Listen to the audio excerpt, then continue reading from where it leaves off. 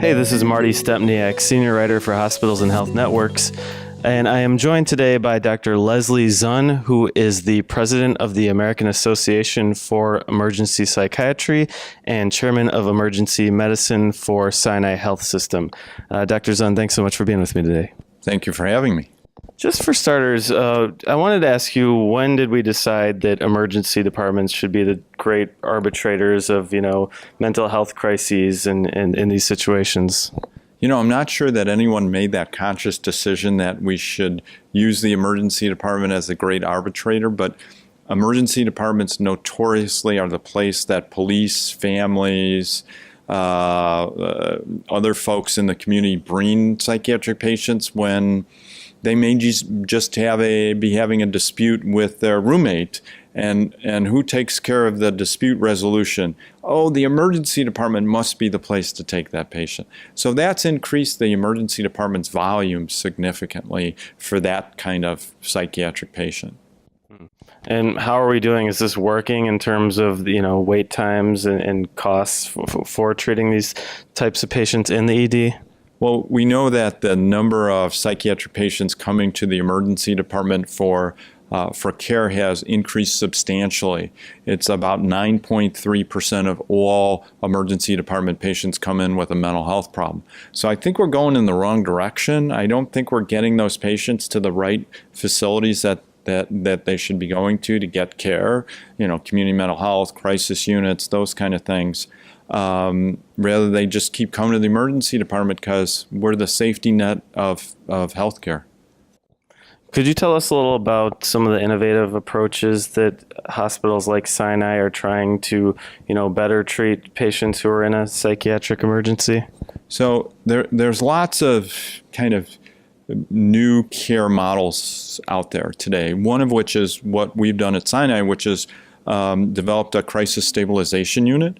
So after they get their medical evaluation in the emergency department, then we'll send them to the crisis stabilization unit, and they'll spend up to about 23 hours in there, getting back on their medicines, getting counseling, getting referred to mental health services, and we have a pretty good success rate to reduce the admission rate using that. There are other models out there similar to crisis stabilization, psychiatric emergency services. It's called CPAP in the New York State area.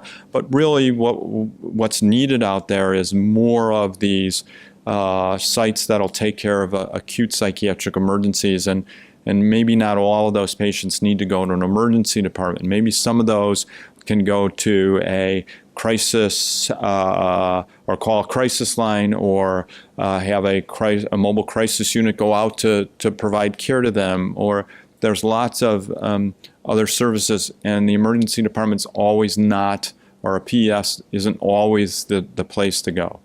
Mm-hmm. What have been the barriers for Sinai to using this approach? I mean, why aren't more facilities in Illinois doing this? I understand that you're unique in the state in this regard. Well, I think one of the reasons is we saw a huge need out there for this niche of service, which is the bridging of the patient between the emergency department and inpatient, or the emergency department and outpatient services. I'm not sure why other locales and hospitals and healthcare institutions out there haven't started to think about that, because as the market now moves towards accountable care, and we're trying to reduce inappropriate admissions, and I think we're going to come to the point where we say, hey, that mental health patient could be cared for in an acute stabilization unit rather than an inpatient unit. And isn't it good for the patient and good for the ACO to provide that kind of service? That was going to be my other question, is just like, do you think that hospitals can succeed in these value-based models of care, ACOs, without a method to address psychiatric emergencies? Well, what we see is, we know that psychiatric patients have a significant amount of co-occurring medical problems, co-occurring substance use disorder. And I think unless we address all of their problems, we're going to have a hard time reducing those costs and getting them in the right care. And so I think crisis stabilization units and other similar models, rather than the emergency departments, really the way to address their global problem, as well as what we need is more integration of mental health and medical services in the primary care clinics across the country. Great. Dr. Zun, thanks so much for being with me today. My pleasure. Thank you, Marty. For H&H, and this has been Marty Stepniak. Thanks for watching.